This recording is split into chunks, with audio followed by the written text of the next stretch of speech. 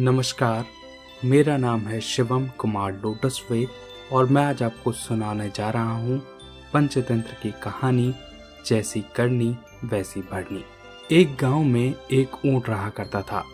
वह प्रतिदिन पास के ही हरे भरे जंगल में चरने जाता था।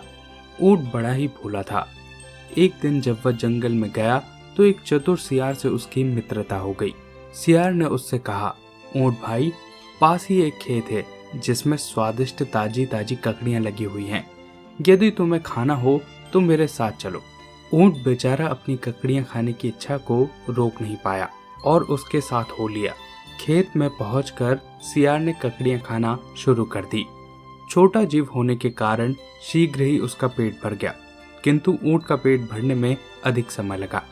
इतने में ही सियार अपनी आदत के अनुसार हूं हूं की आवाज करके चिल्लाने लगा।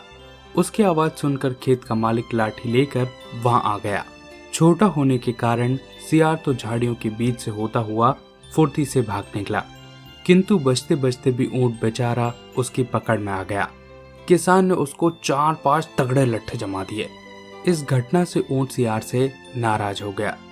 कुछ दिन सियार भी उससे मिलने नहीं आया, किंतु उसको ऊंट की पिटाई से बहुत मजा आया था।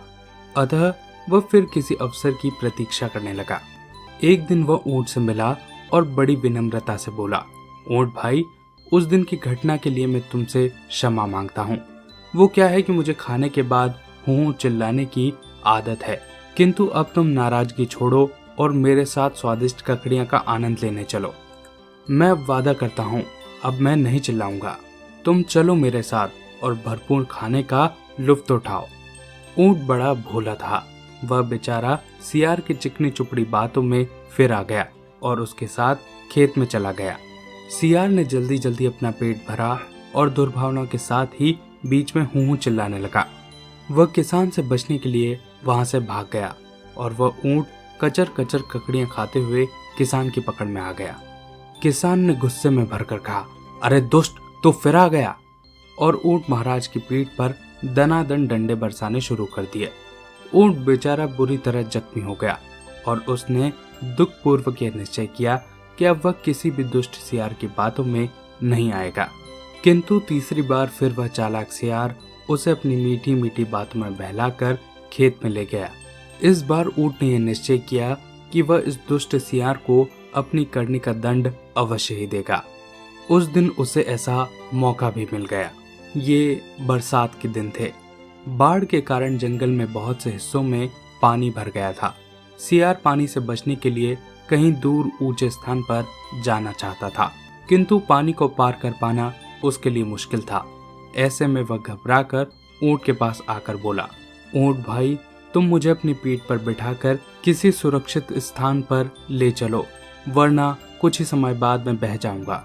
ऊंट बड़े प्यार से बोला, अवश्य भैया, अवश्य, तुम आराम से मेरी पीठ पर बैठ जाओ। विपत्ति में ही तो एक मित्र दूसरे मित्र के काम आता है। इस तरह सियार उसकी पीठ पर बैठ गया और वे पानी को पार करने लगे। बीच में जहाँ पानी का बहाव बहुत तेज था, वहाँ ऊंट रुक गया। सियार घबरा कर बोला, भाई, तुम रुक क्यों गए? चलो वरना मैं बह जाऊंगा। अब बारी ऊंट की थी। उसने सियार से कहा, तुम्हें खाना खाने के बाद जोर जोर से चिल्लाने की आदत है और मुझे खाना खाने के बाद पानी में लौटने की आदत है। अब बस मुझे लौटनी आ रही है। इसके बाद ही ऊंट ने पानी में लोटपोट होना शुरू कर दिया। सियार संतुलन खोकर पानी में बह चला। कुछ दूर तक वह बचने के प्रयास करता रहा और फिर अंततः डूब गया और अपने प्राण गंवा बैठा। इस प्रकार से ऊंट को उस दुष्ट सियार से सदा के लिए छुटकारा मिल गया। दोस्तों, इस कहानी से हमें यह शिक्षा मिलती है कि दुष्ट के साथ दुष्टता करना ही उचित होता है। आशा करता हूँ आपको ये कहानी अच्छी लगी होगी। ऐसी और कहानियाँ सुनने के लिए चैनल को सब्सक्राइब कीजिए, अपने आसपास सफाई बनाए रखें और एक पेड़ जरूर लगाएं। बहुत बहुत धन्यवाद।